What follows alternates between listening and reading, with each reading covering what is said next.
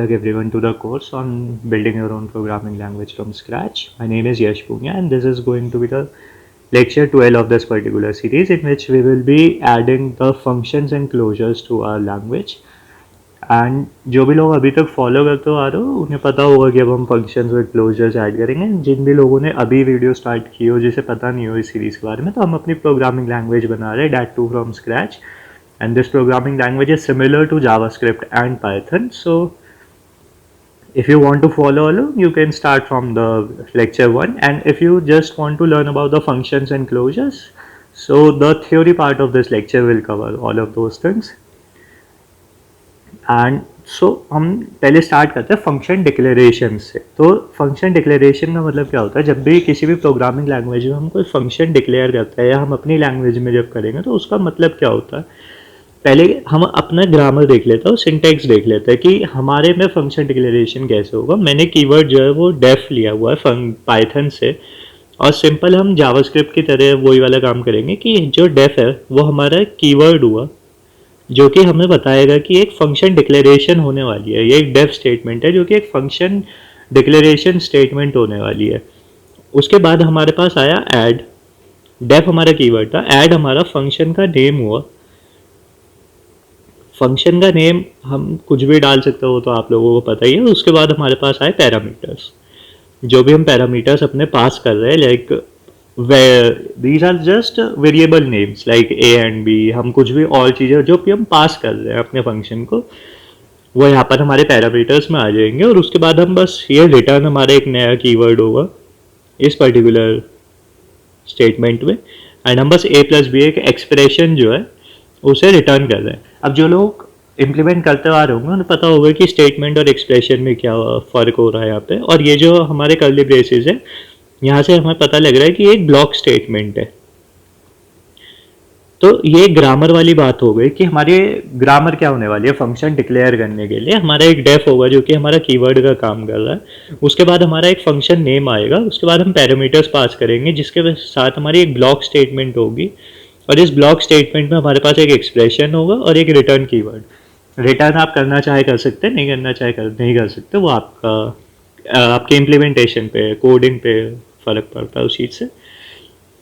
तो अब हम थ्योरी वाले पार्ट थोड़ा सा समझते हैं कि फंक्शन डिक्लेयर करने का मतलब क्या होता है. इसका सिंपल सा मतलब होता है कि हम अपनी लैंग्वेज से ये कह रहे हैं कि ये वाला जो पीस ऑफ कोड है जो कि इस ब्लॉक स्टेटमेंट के अंदर है, ये रीयूजेबल है, कि हम इसे बार बार यूज़ करना चाहते हैं अपने कोडिंग को इन्हांस करने के लिए, अपने फंक्शन को, मतलब कि हमारा प्रोग्राम जो है उसे शॉर्टर करने के लिए हम इस प्रोग्राम को, इस फंक्शन को बार बार यूज़ करना चाहते हैं. तो इसे स्टोर करके रख ले. जब भी हम यूज़ करना चाहेंगे हम यहाँ से उठाकर इस ब्लॉक ऑफ स्टेटमेंट को, बॉडी को अपना यूज़ कर लेंगे. तो हमने क्या कहा कि यार इसे कहीं पे स्टोर करके रख ले. क्या स्टोर करके रख ले? हमारी जो फंक्शन की एक तो नेम हुआ, उसके बाद पैरामीटर्स है हमारे पास की जो भी चीज़ें हम पास कर रहे हैं.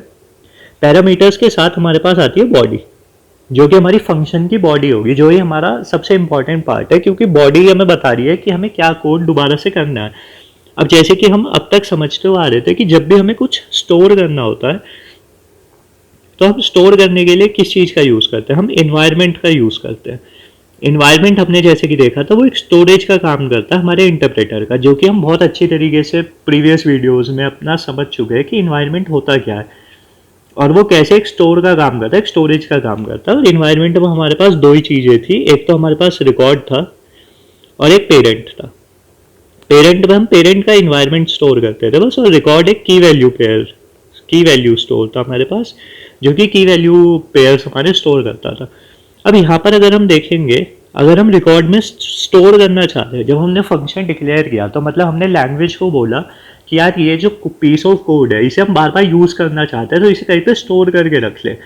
तो हमारी जो लैंग्वेज है उसने सोचा यार इन्वायरमेंट ये है जो मैं यूज़ करता हूँ किसी भी चीज़ को स्टोर करने के लिए, और इन्वायरमेंट में रिकॉर्ड में की वैल्यू होता. अब तक की वैल्यू हमारा सिर्फ सिंपल वेरिएबल्स थे कि वेरिएबल का नाम होगा और उसकी कुछ वैल्यू होगी जो कि लिटरल थी.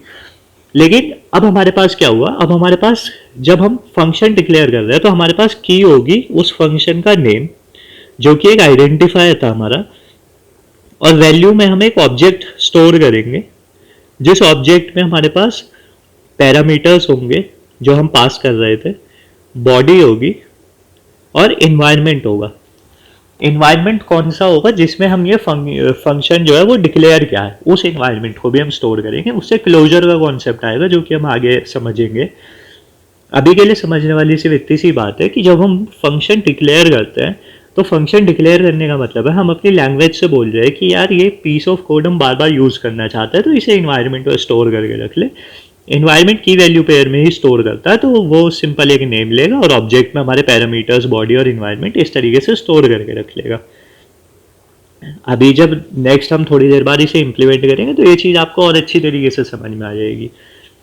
तो हम अपने इंटरप्रेटर में जो फंक्शंस है उन्हें फर्स्ट क्लास सिटीजन्स की तरह यूज़ करते हैं, वेरिएबल्स की तरह। मतलब कि हम जैसे वेरिएबल्स को यूज़ करते थे नंबर्स और स्ट्रिंग को कि वैल्यू की तरह, कि हम किसी को में भी असाइन कर सकते हैं, कुछ भी कर सकते हैं, पास कर सकते हैं। वो सिंपल सी चीज़ है, वो सब आपको पता ही होगी। और जब हम इम्प्लीमेंट करेंगे तो वो और चीज़ें सामने क्लियर होती चली जाएंगी।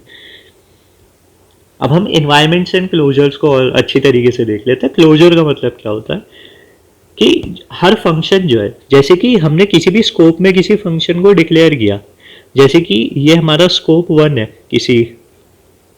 ये हमारा कोई फंक्शन है, इसके अंदर एक और फंक्शन है, मैं इसका फंक्शन 1 नाम दे देता हूँ।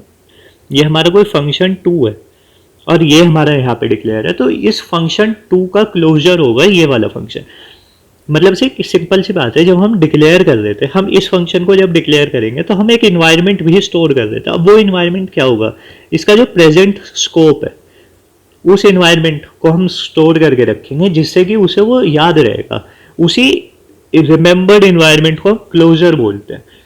तो क्लोजर कौन सा इन्वायरमेंट हुआ, इन्वायरमेंट जहाँ पे वो डिफाइंड है, ना कि जहाँ पे वो कॉल किया गया है। उस पर्टिकुलर इन्वायरमेंट को हम स्टोर करके रखते थे और उस इन्वायरमेंट को ही हम क्लोजर बोलते थे, कि जिससे कि जहाँ पे हमने अपने फंक्शन को डिक्लेयर किया है वहाँ पे उसे पता हुआ एक्चुअल में कि किस इन्वायरमेंट पे वो डिक्लेयर हुआ है। यही क्लोजर का कॉन्सेप्ट है जो कि जावास्क्रिप्ट, पाइथन हर एक पर्टिकुलर लैंग्वेज में होता है और हमारी में भी होगा। जब हम इम्प्लीमेंट करेंगे आपको चीज़ समझ आएगी। हमने जो इन्वायरमेंट स्टोर करके रखा है अपनी वैल्यू के अंदर, मैंने प्रीवियस में आपको दिखाया था, तो इसका सिंपल सा ही मतलब है कि वो उस इन्वायरमेंट को, उस स्कोप को स्टोर करके रख रहा है जहाँ पे वो डिक्लेयर हुआ है हमारा फंक्शन। इसी चीज़ को हम क्लोजर बोलते हैं और ये बहुत ही इंपॉर्टेंट एक कॉन्सेप्ट होता है जिसकी मदद से हम अपने higher order programming and all ये वाली सारी चीज़ें इंप्लीमेंट कर पाते हैं, रिकर्शन एंड ऑल वो सब हो जाता है। तो जब भी हम एक फंक्शन को डिफाइन कर रहे तो हम क्या क्या स्टोर कर रहे थे कि हम पैरामीटर्स को स्टोर कर रहे थे, जैसे इनपुट के वेरिएबल नेम्स को, हम बॉडी को स्टोर कर रहे थे जो कि कोड ब्लॉक होने वाला है हमारा, और उसके बाद सबसे ज़्यादा इंपॉर्टेंट हम उस इन्वायरमेंट को स्टोर कर रहे हैं जहाँ पे वो डिक्लेयर हुआ है, उसी को हम क्लोजर बोलते हैं। अब जब आप ये अंडरस्टैंडिंग के साथ किसी भी प्रोग्रामिंग लैंग्वेज को देखोगे तो आपको क्लोजर का कॉन्सेप्ट बहुत ज़्यादा समझ में आ जाएगा अच्छी तरीके से। एक कन्फ्यूजिंग कॉन्सेप्ट होता है थोड़ा सा, लोगों को समझ नहीं आता, पर अब हमें पता है कि इन्वायरमेंट का मतलब क्या है और किस स्कोप के अंदर, किस इन्वायरमेंट के अंदर जो फंक्शन डिफाइन हो रहा है उसी इन्वायरमेंट को हम क्लोजर बोलते हैं। तो जब भी हम डिफाइन कर रहे हैं कि ये वाली सारी चीज़ें जो है वो स्टोर करने वाले हैं, नेम, पैरामीटर्स, बॉडी और इन्वायरमेंट। जब हम करेंगे ये चीज़ें इम्प्लीमेंट तो आपको और अच्छी तरीके से समझ आएंगी। बस ये क्या है, आउटर स्कोप को कैरी कर रहा है हमारे साथ क्लोजर में। अब एक छोटा सा एग्जांपल है ये, हमारा एक डेफ इन्वायरमेंट जो हमारा फंक्शन है आउटर, उसमें हमने एक पैरामीटर है जो पास कर रहा है, उसके अंदर एक हमारा जो वो एक और हमारा फंक्शन है। क्लोजर के हेल्प से हम फंक्शन के अंदर फंक्शन और वही हायर ऑर्डर प्रोग्रामिंग कर पाएंगे और ये सब हमारी प्रोग्रामिंग लैंग्वेज का ही कोड है। तो हमने आउटर फंक्शन के अंदर एक और फंक्शन इनर नाम का फंक्शन भी डिक्लेयर किया जो कि रिटर्न कर रहा है a+b को, और यहाँ पे जो आउटर फंक्शन था वो इनर फंक्शन को रिटर्न कर रहा है। जैसे कि हमने अभी देखा था कि फंक्शन जो हमारे फर्स्ट क्लास सिटीजन्स है तो हम उन्हें रिटर्न कर सकते हैं, पास कर सकते हैं, वो सब काम कर सकते हैं। तो हमने फंक्शन में आउटर की वैल्यू मतलब a की वैल्यू जो थी वो 10 पास की और आउटर ने रिटर्न कर दिया हमें इनर फंक्शन। तो हमारा जो फंक्शन हुआ उसमें इनर फंक्शन है विच इज दिस फंक्शन। अब हमने इस फंक्शन को 5 से कॉल किया, मतलब यहाँ पे हमने b की वैल्यू जो है वो 5 कॉल की, लेकिन अब जब हमने ये कॉल किया तो हमें रिटर्न हुआ 15 वैल्यू, क्योंकि रिटर्न करेगा वो a+b। अब सोचने वाली यही चीज आती है कि यार जो इनर फंक्शन है उसके पास तो a की वो एक्सेस है नहीं ना, तो यहीं पे हमारा क्लोजर का वो चीज़ आती है, क्योंकि जब हमने ये डिक्लेयर किया इनर वाला फंक्शन, तो हमने जो आउटर का इन्वायरमेंट था वो स्टोर किया, जिसका मतलब था क्लोजर स्टोर किया। तो a की वैल्यू 10 जो है वो वहां से आ गई, और यहाँ से हमारा a plus b which is 15 यहाँ से इस तरीके से रिटर्न हो गया। तो एक क्लोजर को समझने के लिए एक छोटा सा एग्जांपल था ये। आई होप आपको समझ आ गया होगा, इतना डिफिकल्ट कॉन्सेप्ट नहीं था यहाँ पे। अभी तक हमने क्या करा, हमने फंक्शन डिफाइन कर लिया, डिक्लेयर कर लिया। डिक्लेयर का मतलब हमने समझ लिया। मैं छोटी सी समरी दे देता हूँ कि बस हमने अपने स्कोप को स्टोर कर लिया, जिसका मतलब क्लोजर था, और फंक्शन की बॉडी को स्टोर करके रख लिया, जिससे कि हम बाद में उसे रीयूज कर पाए। अब रीयूज कब करते हैं हम? फंक्शन कॉल्स में रीयूज करते हैं।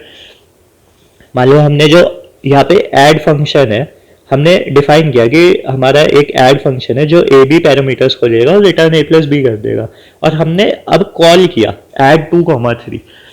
तो जो ऐड करता है फंक्शन, उसके टाइम पे अब क्या होगा? अब हम ये वाली चीज समझने की कोशिश करते हैं। जब हमने कॉल किया ऐड 2,3, मतलब हमने आर्ग्यूमेंट्स पास किए कुछ, हमने जो थे ये आर्ग्यूमेंट्स जो है वो पास किए विच आर 2,3। तो अब क्या होगा, एक नया एक्टिवेशन रिकॉर्ड जो है, नया इन्वायरमेंट क्रिएट होगा। नया इन्वायरमेंट क्यों क्रिएट होगा, ये वाली चीज आप समझने की कोशिश करना थोड़ा सा। जैसे हमने ये फंक्शन कॉल किया, तो यहाँ पे अब जैसे कि हमने ये स्टोर करके रखा हुआ था ऐड नाम का फंक्शन अपने इन्वायरमेंट में, की वैल्यू जो थी हमारी उसमें हमने स्टोर करके रखा हुआ था, और ये हमारा कोड ब्लॉक था कि a प्लस बी जो है वो रिटर्न होगा, और हमारे पास पैरामीटर्स थे। तो जब भी अब जो हमारा फ्लो होने वाला है उसमें जब भी हम फंक्शन को कॉल करेंगे, तो एक नया एक्टिवेशन रिकॉर्ड जो है वो बनेगा, मतलब कि एक नया इन्वायरमेंट बनेगा जिसे हम एक्टिवेशन रिकॉर्ड बोलते हैं, या फंक्शन कॉल इन्वायरमेंट इस तरह की चीज़ बोलते हैं। तो ये एक्टिवेशन रिकॉर्ड क्या करेगा, वही इन्वायरमेंट, जैसे कि हमने देखा था कि एक नया इन्वायरमेंट है ये भी, इस नए इन्वायरमेंट में हमने, क्योंकि हमारे पास ए पी पैरामीटर्स थे, अब जब हमने नई वैल्यूज 2,3 पास की, तो हमने अपने रिकॉर्ड में ये सब इनिशियलाइज कर दिया कि इस पर्टिकुलर कॉल के लिए जो हमारे पैरामीटर्स थे a, b, उनकी वैल्यूज होने वाली है 2,3। और पेरेंट क्या था हमारा, क्लोजर ऑफ ऐड फंक्शन जिस इन्वायरमेंट में कॉल हुआ था, मतलब डिफाइन हुआ था, तो हमने उसे अपने पेरेंट पे डाल दिया कि जिससे कि क्लोजर की हेल्प से वो आउटर स्कोप से भी अपना इन्वायरमेंट ले सके। तो activation record is where function code is evaluated, मतलब कि अब जैसे कि हमने पहले सिर्फ डिक्लेयर किया था, हमने इवेल्युएट नहीं किया था, पर जब हमने कॉल किया, जब हमने फंक्शन को कॉल किया, तो अब हम चाह रहे हैं कि वो फंक्शन जो है वो इवेल्युएट हो। तो वहाँ पे एक्टिवेशन रिकॉर्ड जो है वो नया इन्वायरमेंट बना के हमारी हेल्प करता है। जब हम इसे इम्प्लीमेंट करेंगे तो और अच्छी तरीके से आपको समझ आएगी, और इसी की वजह से हम रिकर्शन और लोकल स्कोप वाला जो काम है वो कर पाते हैं। मेनली हमारा रिकर्शन हो पाता है इस वजह से, क्योंकि जैसे ही नया फंक्शन डिक्लेयर होगा वो एक नया एक्टिवेशन रिकॉर्ड बनाएगा नई वैल्यूज़ के साथ, और उन वैल्यूज़ का वो इसी तरीके से की वैल्यू बनाकर एक नया इन्वायरमेंट बना देता है, जिससे कि वो बस लिंक कर देता है अपने प्रीवियस इन्वायरमेंट्स के साथ, जो कि हमारा पेरेंट है, रिकर्शन वाला पार्ट हमारा यहाँ पे देखा था। तो इसी तरीके से इस चीज़ को हम एक्टिवेशन रिकॉर्ड बोलते हैं। हर प्रोग्रामिंग लैंग्वेज में सिमिलरली इसी तरीके से काम हो रहा होता है, कुछ में थोड़ा सा लो लेवल हो जाता है बस, पर हाई लेवल अंडरस्टैंडिंग यही है एक्टिवेशन रिकॉर्ड्स की, जब हम फंक्शन कॉल करते हैं।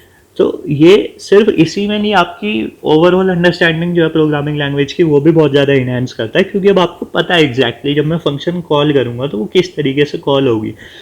अब जैसे सी या C++ होती है, उसमें हम पॉइंटर्स को अपना वो भेजते हैं, पैरामीटर्स में आर्ग्यूमेंट्स पे पास करते हैं, पर पॉइंटर का मतलब है कि सिर्फ हम मेमोरी एड्रेस को पास कर रहे हैं। इसी तरीके से अब वो जब हमने पास किया तो एक्टिवेशन रिकॉर्ड में वो चीज़ें दोबारा से अपडेट होंगी। सो सिमिलरली सारा हर जगह पे काम हो रहा होता है। सेम हमने एक्टिवेशन रिकॉर्ड इन्वायरमेंट बनाया, जिस इन्वायरमेंट में हमने नया काम किया, क्लोजर अपना डाला, हमारे जो पैरामीटर्स थे उनसे मैच करवा दिया हमने आर्ग्यूमेंट्स की वैल्यू, और उससे एक नया इन्वायरमेंट बनाकर अपना पास कर दिया, और उससे फिर रिकर्शन वाला काम कर दिया। आप एक दो बार और वीडियो देखोगे ये वाली चीज़ आपको समझ आएगी, या खुद से लिख के एक बार करना तो आ जाएगी। अगर थोड़ा सा भी आपको डाउट बचता है तो आप कमेंट कर सकते हैं, मैं आराम से आपको रिप्लाई कर दूंगा, या जैसे भी होगा। अभी तुरंत ही हम कोडिंग स्टार्ट कर देते हैं जब जो भी हमने देखा था, तो हम वो ही अपना फ्लो रखेंगे। पहले हम फंक्शन को डिक्लेयर करेंगे, उसके बाद क्लोजर तो सेम ही चीज़ है, डिक्लेयर करने वाली चीज़, फिर हम फंक्शन को कॉल करेंगे। तो इस फंक्शन को डिक्लेयर करने में और कॉल करने में आपको ये सब चीज़ें समझ आ जाएंगी और आपकी एक ओवरऑल अंडरस्टैंडिंग बहुत ज़्यादा अच्छी हो जाएगी। तो फटाफट से कोड स्टार्ट कर देते हैं। तो जैसे कि हमने देख लिया है कि फंक्शन डिक्लेरेशन कैसे होता है और फंक्शन कॉल कैसे किया जाता है, तो अब हम इसे इम्प्लीमेंट करना स्टार्ट करते हैं। और ऑलरेडी हमने देखा हुआ है कि टोकनाइजर में हमारे जो रेगुलर एक्सप्रेशन है वो ऑलरेडी डले हुए हैं, तो हम बस आगे अपना फास्ट फास्ट काम स्टार्ट करते हैं। तो इस टाइम पे मैं पार्सर का कोड लिख रहा हूँ जहाँ पर हम अपना ए बना देते हैं, और मैं डेफ अपनी यही स्टेटमेंट के अंदर नई स्टेटमेंट डाल रहा हूँ, विच इज़ कि जब डेफ होगा तो मतलब वो दिखाएगा कि फंक्शन डिक्लेरेशन का काम हो यहाँ पे। तो अब हम यहाँ पे एक बार फंक्शन डिक्लेरेशन को इम्प्लीमेंट कर देते हैं। फंक्शन डिक्लेरेशन क्या करेगा, वो पहले ईट करेगा डेफ को, जो कि हम अभी तक देखते आ रहे थे कि पहले जो हमारा कीवर्ड है वो हम ईट करेंगे, उसके बाद आगे जाएंगे। फिर हमारे पास फंक्शन का नेम आएगा which is an identifier. Function का नाम हमेशा एक आइडेंटिफायर होगा। उसके बाद जैसे कि हमने देखा था कि एक हमारे पास ओपन पैरेंथेसिस होगा और उसके बाद हमारे पास पैरामीटर्स होंगे विच आर पैरम्स, एंड वो क्योंकि एम भी हो सकता है तो हम पहले वो चेक कर लेते हैं कि यहीं पे अगर हमारे पास क्लोजिंग पैरेंथेसिस आ जाता है तो हम आगे नहीं जाएंगे, वरना हम फॉर्मल पैरामीटर लिस्ट को अपना फंक्शन कॉल कर देंगे जहाँ से हमारे पास पैरामीटर लिस्ट मिल जाएंगी। नहीं तो हम खाली एक एरे दे देंगे अगर हम एम कोई भी मतलब हम अपना पैरामीटर्स नहीं डालना चाहते। उसके बाद हम अपना ईट कर लेंगे जो कि हमारा क्लोजिंग पैरेंथेसिस होगा। उसके बाद हम देखेंगे कि हमारी बॉडी होगी जो कि एक ब्लॉक स्टेटमेंट होगी। हमने अभी तक यही देखा था कि बॉडी हमारी ब्लॉक स्टेटमेंट होगी और हम रिटर्न कर देंगे जिसका टाइप होगा फंक्शन डिक्लेरेशन, एंड हम अपना फंक्शन का नेम देंगे जो हमारी ए बॉडी है हम उसे कर रहे हैं, पैरामीटर्स हमारे और बॉडी। पैरामीटर्स जैसे कि हमने देख ही थे, हमारे पास जो भी हमारी फॉर्मल पैरामीटर की लिस्ट होगी वो इम्प्लीमेंट होगी। यहाँ पे मैं वो कर देता हूँ। फॉर्मल पैरामीटर लिस्ट में हमारे पास पैरम्स है जो कि एक खाली एरे है फिलहाल। फिर हम वही करेंगे params dot push this dot identifier, क्योंकि हमने देखा था कि पैरम्स में से वेरिएबल्स के नेम है तो वो विच इज़ जस्ट आइडेंटिफायर्स। तो जब तक भी वो हमें मिलते जा रहे हैं हम अपना काम आगे बढ़ाते रहेंगे, which is just an equals to and this dot eat अपना कॉम। हम जब तक भी हमें कॉमा मिलता जा रहा है मतलब कि हमारे पास और पैरामीटर्स है, हम उन सभी पैरामीटर्स को अपना डालते रहेंगे और एट द एंड हम बस रिटर्न कर देंगे पैरम्स को। इस तरीके से हमारा जो है फंक्शन डिक्लेरेशन वाला काम हो जाएगा। तो फंक्शन डिक्लेरेशन हमने समझा, और अभी यहीं पे फटाफट से रिटर्न स्टेटमेंट के लिए भी एक काम कर देते हैं कि जब रिटर्न लिखा हो तो क्या हो हमारे पास, क्योंकि ये साथ के साथ ही है। हम जब वो करेंगे, जब हम डिक्लेयर करेंगे तो रिटर्न स्टेटमेंट उसमें होती है, तो हम अपने अभी इसे इम्प्लीमेंट कर लेते हैं। हमारी जो रिटर्न स्टेटमेंट होने वाली है वो क्या करेगी, सिंपल ईट करेगी रिटर्न कीवर्ड को। जैसे कि मैंने आपको बताया यार, आप अपने हिसाब से इसे ऑप्टिमाइज कर सकते, मतलब कि चेंज कर सकते हो। तो आप इसकी जगह रिटर्न की जगह कोई और आर्ग्यूमेंट यूज़ कर लेना, वो सब आपके हाथ की चीज़ है। हम बस अब क्योंकि यहाँ पे आर्ग्यूमेंट्स होंगे तो हम चेक करेंगे कि यहीं पे हमें सेमीकोलन तो नहीं मिल गया, क्योंकि अगर सेमीकोलन मिल गया होगा तो हमें कुछ बात ही नहीं रही, वरना फिर हमारे पास एक्सप्रेशन होगा। नहीं तो हम बस नल रिटर्न कर देंगे और यहाँ पर हम ईट कर लेंगे एक सेमीकोलन को, क्योंकि रिटर्न एक स्टेटमेंट है तो सेमीकोलन से ही एंड हो रही होगी हमारी प्रोग्रामिंग लैंग्वेज की ग्रामर के हिसाब से। हम यहाँ पर रिटर्न स्टेटमेंट दे देंगे हमारा जो टाइप होगा और आर्ग्यूमेंट्स। जब हम इंटरप्रेटर में उसे इम्प्लीमेंट करेंगे अपनी आर्ग्यूमेंट्स को, तब ये वाली चीज़ आपको अच्छी तरीके से समझ में आ जाएगी। हमने फंक्शन डिक्लेयर किया, अब हम इंटरप्रेटर में आ गए हैं कि इंटरप्रेटर में कैसे होगा सेम वही काम, स्टेटमेंट्स में हम आएंगे। अब क्योंकि एक फंक्शन डिक्लेरेशन भी एक तरह की स्टेटमेंट ही है, तो हम वही फंक्शन डिक्लेरेशन जब हमारे पास आएगा नोड इस टाइप का, तो हम रिटर्न कर देंगे फंक्शन डिक्लेरेशन को। सेम नोड और इन्वायरमेंट तो हमें देना ही पड़ेगा, और यहीं पर हम केस बना लेते हैं रिटर्न स्टेटमेंट का भी, वो साथ के साथ ही फिर इम्प्लीमेंट कर देंगे। तो रिटर्न स्टेटमेंट में हमारे पास हो जाएगा this dot return statement. Same node और इन्वायरमेंट तो हमें देना ही होगा। फंक्शन डिक्लेरेशन में अब जैसे कि हमने अपना लास्ट अभी पढ़ा था कि फंक्शन डिक्लेरेशन जब हम करेंगे तो हम क्या करेंगे, हम सिंपल इन्वायरमेंट में जाकर इसे बॉडी को जो है वो स्टोर कर देंगे। यही वाली सारी चीज़ें हमने पढ़ी थी। तो हम पहले नेम ले लेते हैं विच इज़ फंक्शन के नेम के अंदर हमारा नेम होगा, क्योंकि फंक्शन का नेम एक आइडेंटिफायर है जिसके अंदर भी एक नेम होता है। तो वहाँ से हमारे पास वो आ जाएगा। फंक्शन की जो हमारी बॉडी थी, मतलब कि ये हमारी बॉडी हो गई एक जेसन टाइप का फॉर्मेट हो गया हमारे पास। तो नेम है हमारे पास, पैरामीटर्स हैं, पैरामीटर्स हमारे पास नोड डॉट पैरम्स आएंगे, हमने स्टोर कर लिए। और बॉडी हमारी नोड डॉट बॉडीज आएगी, और उसके बाद इन्वायरमेंट। सबसे इंपॉर्टेंट पार्ट यहाँ पे इन्वायरमेंट ही है। इन्वायरमेंट हमने पास किया, हमने कौन सा इन्वायरमेंट पास किया, जिस इन्वायरमेंट में ये फंक्शन डिक्लेयर हो रहा है, तो हमने वो इन्वायरमेंट स्टोर करके रख लिया, जिससे कि क्लोजर वाला जो कॉन्सेप्ट था हमारा वो यहाँ पे इम्प्लीमेंट हो जाएगा। यहाँ पे हम simple E N V dot define कर देंगे। डिफाइन में हमारा नेम और फंक्शन बॉडी, जो हमारी फंक्शन की बॉडी थी वो हम जो है डिफाइन कर देंगे। डिफाइन जो वेरिएबल था, जो फंक्शन था, मतलब मेथड था हमारा, एपीआई था उसका इन्वायरमेंट क्लास का, तो वो क्या करता था कि वो स्टोर कर देता था बस रिकॉर्ड में। यही हमने यहाँ पे भी किया। अब जल्दी से रिटर्न स्टेटमेंट भी इम्प्लीमेंट कर देते हैं which is node and environment. और रिटर्न स्टेटमेंट बस क्या कर रही है, वो एक्सप्रेशन को कॉल करेगी। एक्सप्रेशन में हम आर्ग्यूमेंट जो था वो पास कर देंगे और इन्वायरमेंट पास कर देंगे। सिंपल सी चीज़ है। जब हम यहाँ पे इंटरप्रेटर में काम कर रहे हैं तो जो हमारी रिटर्न स्टेटमेंट होने वाली है उसमें हमने नोड और इन्वायरमेंट लिया और रिटर्न कर दिया एक्सप्रेशन को, जो कि हमारा आर्ग्यूमेंट है। क्योंकि जब हम रिटर्न करते हैं तो वहाँ पे एक एक्सप्रेशन ही होता है, कभी आइडेंटिफायर हुआ या कभी कुछ हुआ, पर मेनली तो एक वही होगा हमारा रिटर्न स्टेटमेंट में एक एक्सप्रेशन ही होगा, जो कि हमने बस यहाँ पर पास किया है। नेक्स्ट हम पार्सर में जाकर अपना एक्सप्रेशन में जाते हैं, और जो हमारा मेन पार्ट है, जो हमारा कॉल करने वाला पार्ट था, वो वाली चीज़ को इम्प्लीमेंट करना स्टार्ट करते हैं। अब जब कॉल करने वाला पार्ट था वो क्या था हमारा, हमने एक्सप्रेशन था। क्योंकि जब भी हमने देखा था कि हमारे पास एक्सप्रेशंस थे, मल्टीपल तरीके के हमारे पास एक्सप्रेशंस थे। तो इसी तरीके से पार्सर में जब हम नीचे जाते हैं, हमारे पास डिफरेंट डिफरेंट तरीके एक्सप्रेशंस थे। असाइनमेंट एक्सप्रेशन था, कंडीशनल एक्सप्रेशंस थे, ये सारे हमने लास्ट प्रीवियस वीडियोस में समझे हैं। अब हम जैसे आगे चल रहे हैं, हमारे पास लास्ट हम मल्टीप्लिकेटिव एक्सप्रेशन आ जाता था, हम उसके बाद प्राइमरी एक्सप्रेशन पे चले जाते थे कि इससे डेप्थ तो कुछ नहीं होगा। तो प्राइमरी एक्सप्रेशन जैसे कि हमने समझा भी था, हमारा जो ए एस टी होगा उसका लीफ नोड होता है कि उससे नीचे तो कुछ है ही नहीं, यहाँ पर हमारे लिटरल्स वगैरह आ जाते थे। तो हम बस उससे पहले ही अपना कॉल एक्सप्रेशन को कॉल कर लेंगे। कॉल एक्सप्रेशन क्या करेगा, कॉल ही हमारा जो वो है, कॉली का मतलब जो बंदा कॉल कर रहा, जैसे कि जब हम कर रहे थे ऐड 2,3, तो ऐड एक कॉल ही हो गया जो हमारा कॉल एक्सप्रेशन को कॉल कर रहा है। तो हमने जैसे ही अपना पहले की तरह क्या होता है, हम प्राइमरी एक्सप्रेशन को कॉल कर दे रहे हैं, तो सेम वही काम है। अब मल्टीप्लिकेटिव एक्सप्रेशन जो है वो यहाँ पे प्राइमरी एक्सप्रेशन को ना करके कॉल एक्सप्रेशन को कॉल करेगा। यहाँ पे हम फिर चेक करेंगे कि अगर हमारा लुक अहेड का जो टाइप है, यहाँ पे अगर ओपन पैरेंथेसिस है तो इसका मतलब है कि यहाँ पे कॉल एक्सप्रेशन है, नहीं तो यहाँ पे नहीं होता ना।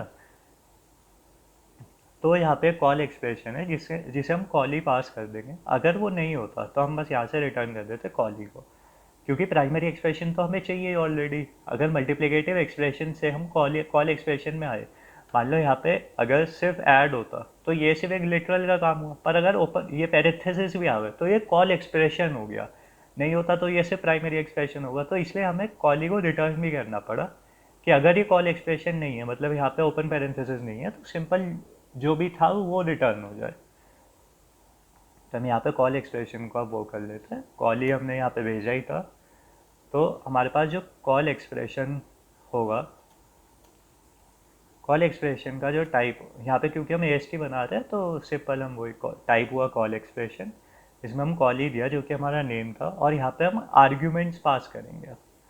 आर्ग्यूमेंट्स हम एक और फंक्शन बना लेते हैं, अपने कोड को मॉड्यूलर रखने के लिए हम ये सब काम कर रहे हैं। यहाँ पे सेमीकोलन नहीं होगा, और यहाँ पे हम रिटर्न कर देंगे जो हमारा ये कॉल एक्सप्रेशन है, जो हमने ए एस टी नोड बनाया, जिसका हमारे पास यहाँ पे टाइप है type is call expression, call ही है उसके अंदर और एक आर्ग्यूमेंट से। कॉल ही मतलब फंक्शन का नेम जो कि हम यूज़ करेंगे लुकअप को कॉल करके अपने इन्वायरमेंट से उस पर्टिकुलर फंक्शन की बॉडी को एक्सट्रैक्ट करने के लिए। और ये जो हमारा आर्ग्यूमेंट्स है उसकी मदद से हम एक्टिवेशन रिकॉर्ड को बनाएंगे, जैसे कि हमने अभी थ्योरी में देखा था अपनी। तो बस वही वाला काम हम यहाँ पे भी कर रहे हैं। हम आर्ग्यूमेंट में क्या करेंगे, हम पहले ईट करेंगे एक ओपन पैरेंथेसिस को, उसके बाद हमारे पास एक आर्ग्यूमेंट की लिस्ट आएगी जो कि हम फिर से वही चेक करेंगे कि यहाँ पे वो एम्प्टी ना हो। एम्प्टी ना होने का मतलब है कि अगर यहीं पर हमारे पास पैरेंथेसिस आ गया तो वो एम्प्टी है, वरना हम बस अपना जो आर्ग्यूमेंट लिस्ट नाम का एक फंक्शन है उसे कॉल कर देंगे, वहाँ से हम आर्ग्यूमेंट निकाल लेंगे। उसके बाद हम फिर से ईट कर लेंगे अपना क्लोजिंग पैरेंथेसिस, और बस यहाँ पे हम रिटर्न कर देंगे जो हमारी आर्ग्यूमेंट की जो लिस्ट आई है उसे हम यहाँ पे वापस मतलब भेज देंगे। अब ये जो आर्ग्यूमेंट लिस्ट वाला फंक्शन था इसे भी एक बार इम्प्लीमेंट कर लेते हैं। आर्ग्यूमेंट लिस्ट हमारे पास आर्ग्यूमेंट लिस्ट होगी जो कि एक एम्प्टी एरे होगा। सेम वही वाला काम है जैसे हमने पैरामीटर वाली लिस्ट में किया था। तो ये जो आर्ग्यूमेंट लिस्ट है इसमें पुश करते रहेंगे एक्सप्रेशन को। आर्ग्यूमेंट से एक एक्सप्रेशन हो सकता है इसलिए यहाँ पे हम एक्सप्रेशन करते हैं, वहाँ पे हमने आइडेंटिफायर किया था क्योंकि पैरामीटर्स तो आइडेंटिफायर ही होंगे, वो तो फॉर श्योर हमें पता ही होता है जब तक कि हमारे पास कॉमा है, कॉमा एंड हम यहाँ पर जो है ईट करते रहेंगे अपने जो कॉमास है। ईट करने के साथ हमारे पास यहाँ पे आर्ग्यूमेंट की जो लिस्ट है वो तैयार हो गई, हम बस उसे यहाँ पे रिटर्न कर देंगे। तो ये हमारा जो था एक्सप्रेशन वाला पार्ट हुआ जब हम कॉल एक्सप्रेशन कर रहे हैं। तो जैसे कि हमने यहाँ पे कॉल एक्सप्रेशन किया तो सेम अब हमें इंटरप्रेटर में भी जाके यहाँ पे अब मज़ेदार काम होगा कि हम यार एक्टिवेशन रिकॉर्ड बनाएंगे एंड ऑल। तो बस आप देखते रहिए, आपको वो फुल मज़ा आएगा यार। अब तो मतलब हमारी प्रोग्रामिंग लैंग्वेज में असली मज़ा। अभी जब मैं टेस्ट केसेस लिखूंगा रिकर्शन होने लगेगा तो आपको और ज़्यादा मज़ा आएगा। बस सिंपल से कॉन्सेप्ट्स हैं और हर प्रोग्रामिंग लैंग्वेज में वही चीज़ें हैं। हाँ ये आपने देखा होगा, बस एक्सप्रेशन में जाके एक नया हमने अपना मेथड बनाएंगे जो कि टैकल करेगा कॉल एक्सप्रेशन टाइप की चीज़ों के साथ। हाँ ओके, तो कॉल एक्सप्रेशन में हमारा वही सेम नोड और इन्वायरमेंट आया। यहाँ पे हम फंक्शन को कॉल करते हैं which is the lookup function, क्योंकि फंक्शन हम नॉट डॉट कॉली डॉट नहीं, कॉली के नेम से हमने वही लुकअप किया। जैसे कि मैंने आपको बोला था कि हम जब लुकअप करेंगे तो हमारे पास फंक्शन आ जाएगा, फंक्शन की बॉडी आ जाएगी जिसमें से हमारी पास सारी चीज़ें आ जाएंगी। हमारे पास कुछ आर्ग्यूमेंट्स भी होंगे जो कि आर्ग्यूमेंट लिस्ट में हमारे पास थे, तो हम आर्ग्यूमेंट्स में हमने स्टोर किए हुए थे which is an argument list. तो हम वहाँ से आर्ग्यूमेंट्स को लेंगे एंड जो कि हमारे पास एक एक्सप्रेशन ही थे आर्ग्स, एंड हम इन्वायरमेंट देके तो इससे हमारे आर्ग्स जो है यहाँ पे आर्ग्यूमेंट्स वाली जो हमारा वेरिएबल है उसमें आगे वो सारी चीज़ें स्टोर हो जाएंगी। सेम हम पैरम्स के साथ भी कर लेते हैं। तो पैरामीटर्स हमारे फंक्शन में थे तो फंक्शन के पैरामीटर्स में जाके हम पैरम को कॉल कर लेते हैं which is param dot name. हमारे पास जो भी है पैरम के नेम से वो सब हमने स्टोर कर लिए। यहाँ पे अब एक्टिवेशन रिकॉर्ड बनाते हैं जो कि एक्टिवेशन रिकॉर्ड अभी के लिए फ़िलहाल खाली की वैल्यू स्टोर है। तो हम parameters dot for each use कर लेते हैं यहाँ पे। फॉर ईच में हम क्या करेंगे कि हम यार एक पैरम और अपना इंडेक्स भेजेंगे। पैरम से इंडेक्स भेजने के बाद हमारे पास जो एक्टिवेशन रिकॉर्ड था उसके पैरम में, मतलब कि पैरम का मतलब यार अभी तक आप समझ ही गए होंगे कि अभी तक हमने क्या किया। जब हमने मतलब हमारा एक फंक्शन था कि यार डेफ एड ए कॉमा बी, कुछ इस तरह की चीज़ थी और यहाँ पे हम रिटर्न करवा देंगे कि ए प्लस बी रिटर्न हो जाए। अब जब ये वाला फंक्शन था हमने कॉल किया ऐड 2,3, तो हमारे पास ए बी जो थे वो पैरामीटर्स थे, पैरम्स थे, और यहाँ पे जब हम ऐड में 2,3 कर रहे हैं तो ये हमारे पास आर्ग्यूमेंट्स। तो हम चाहते हैं कि जो हमारा नया एक्टिवेशन रिकॉर्ड बने जो हमने जस्ट अभी थ्योरी में भी देखा था, तो वहाँ पे एक्टिवेशन रिकॉर्ड की ये जो वैल्यूज़ है पैरम्स में ये आर्ग्यूमेंट्स की वैल्यू स्टोर हो जाए, मतलब कि ए की वैल्यू 2 हो जाए, बी की वैल्यू 3 स्टोर हो जाए।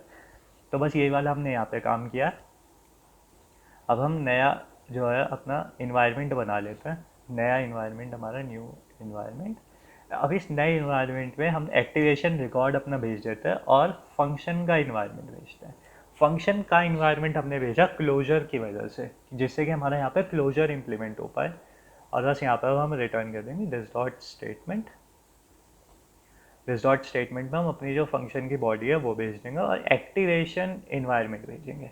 यही सबसे ज़्यादा क्रूशल पार्ट है और सबसे ज़्यादा समझने वाला पार्ट है कि हमने एक्टिवेशन इन्वायरमेंट ही क्यों यहाँ पे भेजा, और ये मतलब आपको समझा ही दिया मैंने, अभी पूरी थ्योरी हुई थी इसी चीज़ की। तो एक बार और इसे समझने की बात करते हैं कि हमने जो अपना फंक्शन स्टोर किया था इन्वायरमेंट में, पहले हमने वो लिया, उसके बाद हमने आर्ग्यूमेंट्स एक्सट्रैक्ट किए, पैरामीटर्स एक्सट्रैक्ट किए। एक्टिवेशन रिकॉर्ड में पैरामीटर्स के अगेंस्ट जो पर्टिकुलर आर्ग्यूमेंट्स थे उन्हें मैप किया, उसके मदद से हमने एक नया एक्टिवेशन इन्वायरमेंट बनाया। एक्टिवेशन इन्वायरमेंट में हमने फंक्शन का इन्वायरमेंट भेजा, जिस इन्वायरमेंट में वो फंक्शन डिफाइन हुआ था, डिक्लेयर हुआ था, जिसकी मदद से हम क्लोजर इंप्लीमेंट कर पाएंगे। और जब हमने अपनी ये नई स्टेटमेंट कॉल की जिसमें हमने फंक्शन की बॉडी भेजी, उसमें हमने एक्टिवेशन इन्वायरमेंट भेजा, जिससे कि हम इंटरप्रेटर को अब बता सके कि अब इस इन्वायरमेंट के हिसाब से काम करना भाई। तो अब एक इनबिल्ट फंक्शन और अपना जो है इम्प्लीमेंट करते हैं, जैसे कि बिल्ट इन फंक्शन होता है राइट। अभी तक हमने फंक्शन डिक्लेयर कर लिए, डिफाइन कर लिए, इंटरप्रेटर बना लिया, सब कुछ हमारे फंक्शन में अच्छी तरीके से काम करेंगे। हम एक बिल्ट इन फंक्शन और इम्प्लीमेंट कर लेते हैं, जिससे कि हमारे टेस्ट करना हमें चीज़ें ईजी हो जाएंगी। तो ये बिल्ट इन फंक्शन है राइट। राइट का मतलब है जैसे कि बहुत सी लैंग्वेजेस में प्रिंट होता है, जैसे कि सी प्लस प्लस में सी आउट होता है, पाइथन में प्रिंट होता है, जावास्क्रिप्ट में कंसोल डॉट लॉग करना पड़ता है, जावा में हम system dot out dot print line करते हैं। तो इसी तरीके से हमारी लैंग्वेज में हम राइट यूज़ करेंगे। राइट यूबी रूबी यूज़ करता है, मैंने वहाँ से उठाया। राइट मतलब टाइप करना भी ईजी होता है, आप कुछ और भी यूज़ कर सकते हो। तो हम यहीं पे एक बार चेक करेंगे कि अगर हमारा नॉट डॉट कॉली डॉट नेम अगर राइट है, तो राइट के हिसाब से फंक्शन कॉल होगा। हम यहाँ पे अपना इसके हिसाब से नहीं करेंगे, इसका एक अलग अपना, क्योंकि ये बिल्ट इन फंक्शन है तो इसकी इम्प्लीमेंटेशन यूज़र तो देगा नहीं, इसकी इम्प्लीमेंटेशन तो हम ही लिखेंगे। तो इसी तरीके से आप और बिल्ट इन फंक्शन भी बना सकते हो। ये आप तो इतना समझ ही गए होगे, मैं आपको अलग अलग चीज़ें फिर भी नहीं बताता हूँ कि ये यूज़र डिफाइंड फंक्शन है या बिल्ट इन फंक्शन। आप इतने स्मार्ट हो, ये सब मुझे लगता है आपको बताने की ज़रूरत नहीं है। तो ये एक बिल्ट इन फंक्शन है जिसका हमें ही इम्प्लीमेंटेशन लिखना होगा।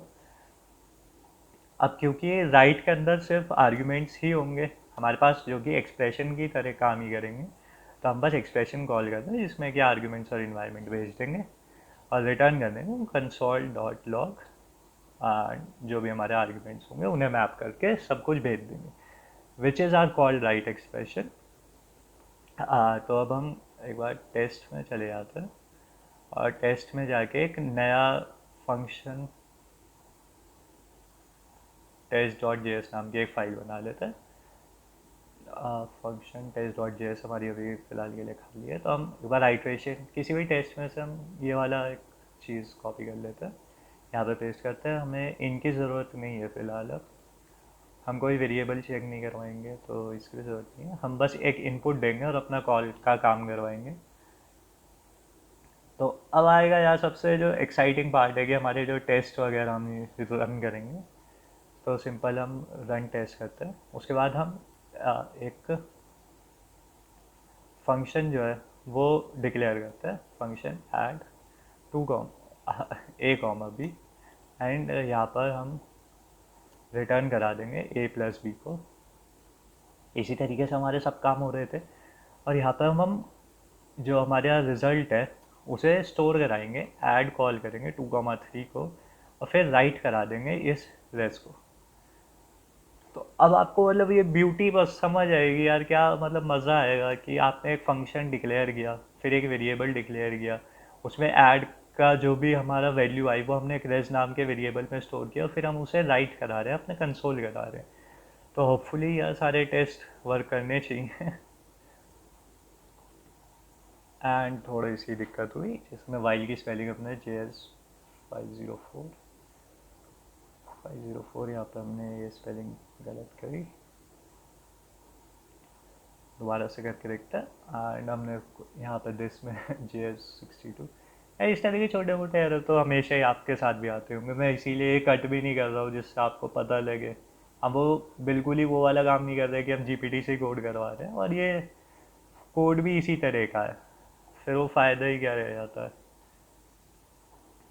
Password is 496 496। ओके, तो हमने यहाँ पे रिटर्न आर्गुमेंट लिस्ट, यहाँ पे फंक्शन नहीं है, यहाँ पे सिर्फ आर्गुमेंट लिस्ट जो है वो हमारा जो है एरे था। रिटर्न कॉल एक्सप्रेशन कितने सारे एरर किए हमने यहाँ पे। 488 488 में भी कॉल एक्सप्रेशन भी एक सिंपल एक नोड है सिर्फ। हमारा 5 आ गया एट लास्ट। तो जो हमने चाहा था 5 हमारा आ चुका है, जो कि हमने फंक्शन में डिक्लेयर भी किया था 2+3। एक और लेट रेस 2 हम कर देते हैं, जिसमें कि ऐड हम 1,1 को करवा देते हैं, और हम यहाँ पे राइट करवा देते हैं रेस को भी। और मतलब अभी आप यहीं पे देखना, आपको ब्यूटी पसंद अच्छा लगेगा। जैसे कि जिस भी हर प्रोग्रामिंग लैंग्वेज में होता है, हम दोनों को कॉल करवा देते हैं। तो 5 और 2 जो कि हमारा एग्जैक्टली कोड था, वो बिल्कुल सही काम कर रहा है। यहाँ पे मैं आपको एक जो है रिकर्शन का कोड भी लिखवा देता हूँ, जो कि है हमारे पास लेट रेस फैक्टोरियल का। मैं सिंपल सा एक वो कोड आपको लिखवा रहा हूँ, फैक्टोरियल एन, जो आप सब लोगों को फैक्टोरियल का पता ही होगा। तो बस वही वाली चीज़ है कि अगर हमारा जो 1 अगर 0 है तो 1 रिटर्न होता था, नहीं तो एल्स हम रिटर्न कर देते n टाइम्स फैक्टोरियल n-1। तो हम यहाँ पे रेस में फैक्टोरियल 5 को कॉल करते हैं, जिसकी वैल्यू 120 आती है, आपको याद हो शायद। तो यहाँ पे हम रिकर्शन कॉल करके देख लेते हैं, एंड ये बिल्कुल सही 120 हमारे पास वैल्यू आ रही है। तो मतलब हमने देख लिया कि यार रिकर्शन भी हमारा काम कर रहा है।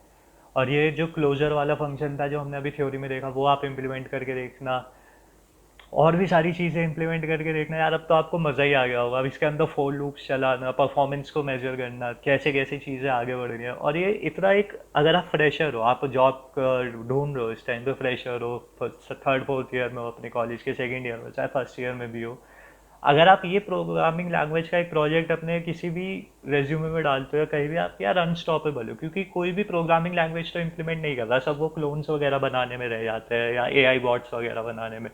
और एआई के जो भी प्रोजेक्ट होते हैं ज़्यादातर वो एपीआई कॉल ही कर रहे होते हैं, तो वो भी बहुत सिंपल सी चीज़ है, वो सब रिक्रूटर्स को सब समझ में आती है।